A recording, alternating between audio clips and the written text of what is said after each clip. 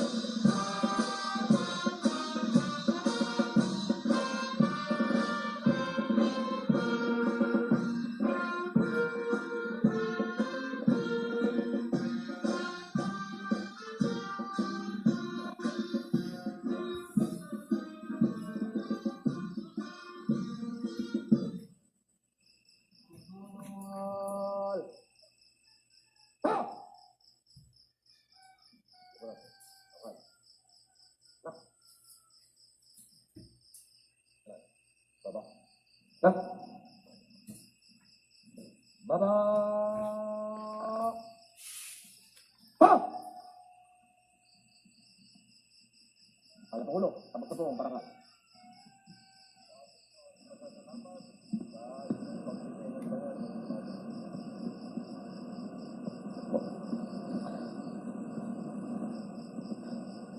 Maraming.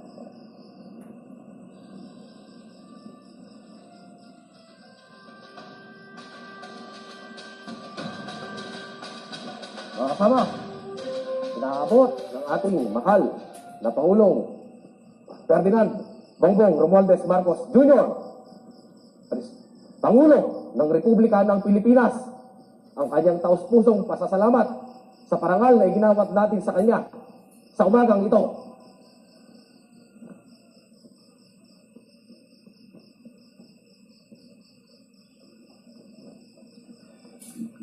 Ladies and gentlemen, please rise for the Philippine National Anthem. Tanghal! Ha! Okay, kamay. Now!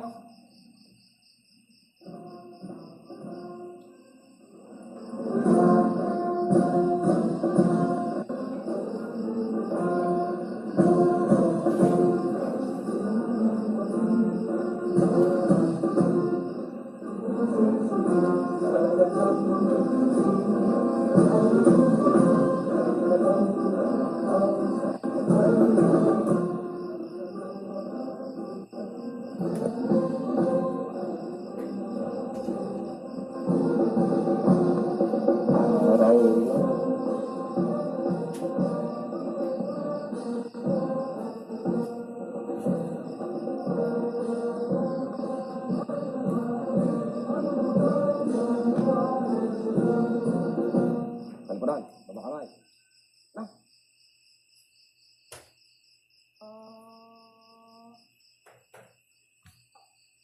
We shall now raise the flag of the countries here represented, namely Australia, Japan, New Zealand, and the United States of America.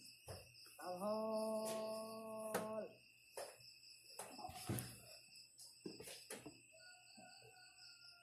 Five. Na.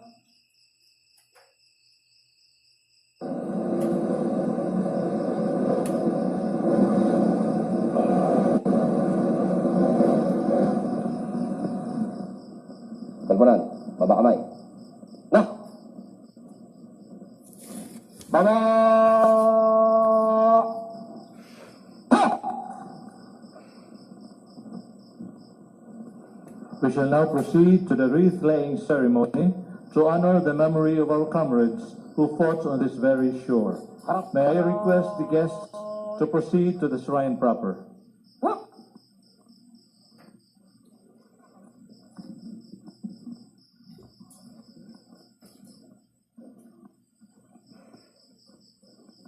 Parang balikat!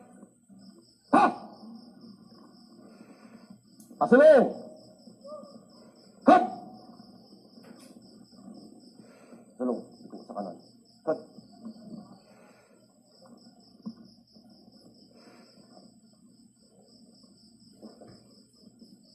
Tanghal!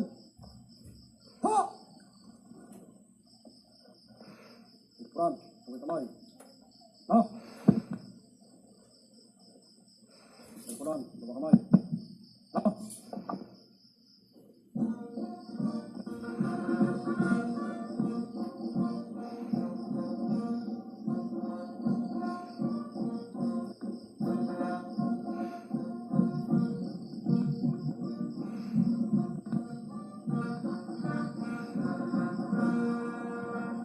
Ikram, kamay-kamay.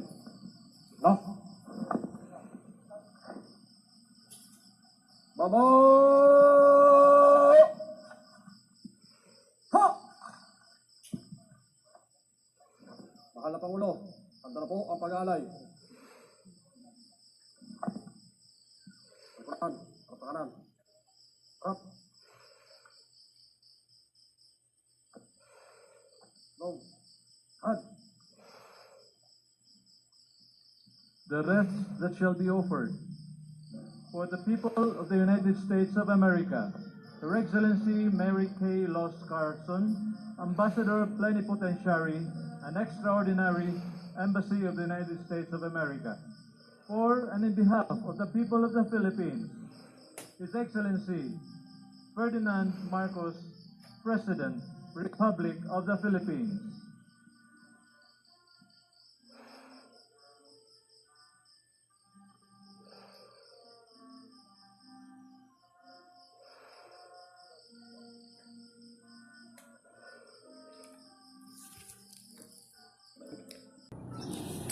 Interior of Local Government, Secretary Ben-Hur Abalos for his kind introduction. Her Excellency, the Ambassador of the United States to the Republic of the Philippines, Her Excellency Mary Kay Carlson, and the other Excellencies who are here, members of the Diplomatic Corps, Tourism Secretary Cristina Garcia Frasco, TMS Secretary Naida Angpin, Leyte Province Governor Carlos Jericho Petilla, Samar Province Governor Cherie Ann Tan, Palo Municipal Mayor Remedios Petilla, and the members of the Veterans Federation of the Philippines, led by Region 8 President Jose Hakla, the members of the sons and daughters of veterans, of which I am a proud member,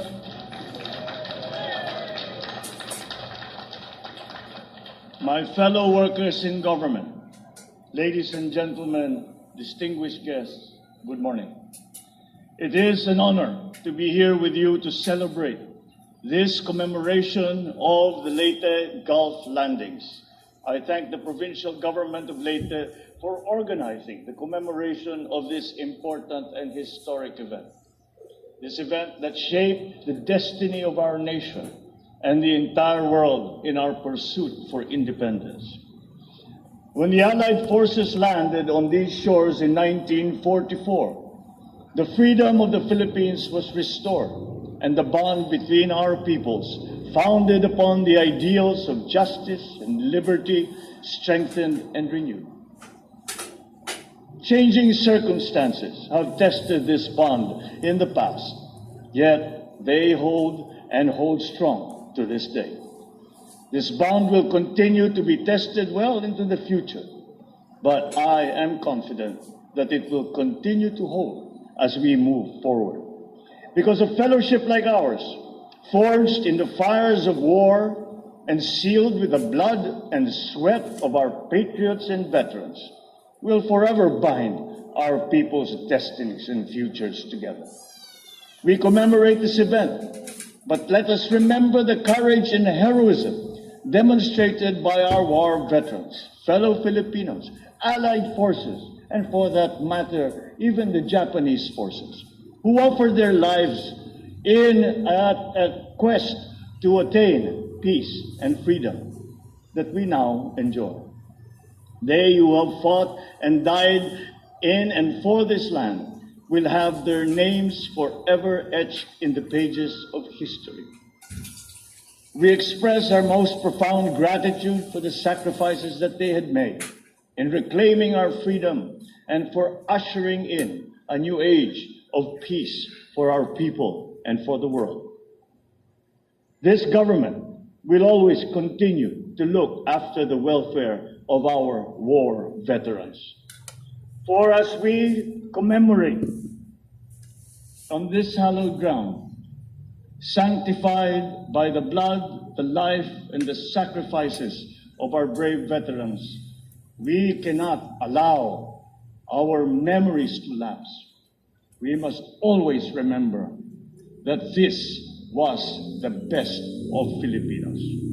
We can never truly repay the price they paid for their gifts of peace and freedom, but we can honor their heroism and their memory by continuing the great work that they had begun. For when they arrived here, they did not only bring the resolve to pursue the war to its bitter end, but they also carried with them the hopes and dreams of an entire generation for a more peaceful and harmonious world. The seeds of peace and solidarity that have been planted during that time have blossomed to nurture deep, abiding, and fruitful friendships that we now share with one another. It is truly heartwarming to see the tides turning for the better since that fateful day, with foes becoming friends and friends even becoming all striving to attain peace and harmony in the global community. It is with gladness to see that no matter how our differences had once divided us, we are now all together in partnership, working for a better world that is living in accord, understanding, and respect. Carrying on the legacy of the great work of our forebears, let us continue moving forward by building a future where our relationships are defined not by our circumstances, which are fleeting, nor by our differences, which must be set aside. Rather, let our relationships be defined by our shared values and ideals, which are stronger and endure. We can achieve this by engaging in constant dialogue, by collaborating in mutually beneficial endeavors, and by harnessing our collective strengths to foster goodwill, cooperation, and trust among our peoples. With such shared aspirations for a more harmonious and more interconnected community of nations, let us build the future that we will be proud to bequeath to succeeding generations. Ladies and gentlemen, 78 years ago, these shores were witness to the horrors and bloodshed brought by the worst that mankind could bring. Now we revisit these sands and wash them anew with the goodness that we know we are all capable of. As your president, you must be assured that this administration will always advocate for peace and for unity. Domestically, we will strengthen our peace-building efforts, especially in conflict-affected areas. Externally, we will continue to pursue the enhancement of our relation with all our neighbors towards ensuring security, addressing global issues, and facilitating now the post-pandemic growth, addressing climate change, and all the existential challenges that our country faces. Moreover, we will continue to support initiatives that will not only preserve our historical and cultural sites, but will also deepen the Filipino people's sense of national identity and foster a peaceful and inclusive Philippines. This event that we commemorate today should remind us of the human and economic cost of war, and therefore it is important that we keep the peace and its role as an enabler of economic growth and development and a quality of life for all our people. Each of us will have to play a part in achieving this noble endeavor. And if the Second World War has taught us certain things, one of them is that we can achieve great feats and avoid even greater suffering if only we open our hearts and minds to listen and so that we can cooperate with each other for the welfare of all.